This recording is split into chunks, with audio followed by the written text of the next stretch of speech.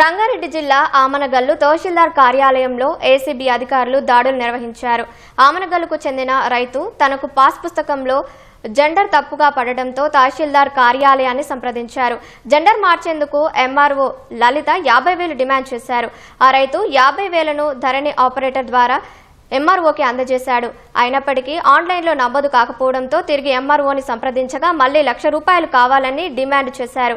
ఇప్పటికే 50,000 రూపాయలు ఇచ్చిన రైతు మిగతా ₹1,00,000 ఇవ్వటం ఇష్టం లేక ఏసీబీని ఆశ్రయించాడు.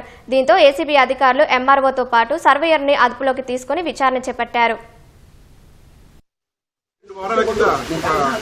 కంప్లైంట్ వచ్చేది. దాంట్లో ఏంటంటే అతను పాస్బుక్ లో కరెక్షన్ కోసం అని చెప్పేసి ఇక్కడికి వచ్చాడు. వచ్చినప్పుడు ఒక 50,000 డిమాండ్ చేసి తహసీల్దార్ లలిత గారు ఒక 50,000 రూపాయలు అతని దగ్గర డిమాండ్ చేసి ధరణి ఆపరేటర్ ద్వారా తీసుకున్నారు. అమౌంట్ తీసుకున్నాక కూడా కరెక్షన్ జరగలేదు. మళ్ళీ తర్వాత వస్తే మీ సేవలో అప్లై చేయమని చెప్పారు. మీ సేవ ఇక్కడ సర్వర్ డౌన్ ఉన్నదని చెప్తే సరే మేమే అప్లై చేసి దాన్ని కరెక్షన్ చేస్తామని చెప్పారు. కానీ దానికి ఆ రోజు సర్వేయర్ కూడా ఇక్కడ ఉండే. సర్వేయర్ తర్వాత తహసీల్దార్ ఇద్దరు కలిసి ఇద్దరు కూడా 50,000 ₹1,00,000 ఇంకా ఫర్దర్ గా ఇవ్వాలని డిమాండ్ చేశారు. అప్పటికే ఆల్రెడీ 50,000 ఇచ్చిన అతను మళ్ళీ ఇవ్వలేదని చెప్పేసి మా దగ్గరికి వచ్చి కంప్లైంట్ చేశాడు. అది కేసు రిజిస్టర్ చేసి మేము ఈ రోజు వీళ్ళిద్దరిని కస్టడీలోకి తీసుకున్నాము. ప్రజలందరికీ మనం ఏంటంటే ఎవరైనా ఎక్కడైనా ఏ అధికారి కానీ లంచము డబ్బులు ఎక్కడైనా డిమాండ్ చేస్తే ఇమీడియట్లీ మీరు ఉన్న దగ్గర నుంచి 1064 డయల్ చేయొచ్చు. అది మాకు 24 hours ఆన్ లో ఉంటుంది. అది కాల్ సెంటర్. అది 1064 డయల్ చేస్తే తప్పనిసరిగా దాని మీద యాక్షన్ తీసుకుంటాం.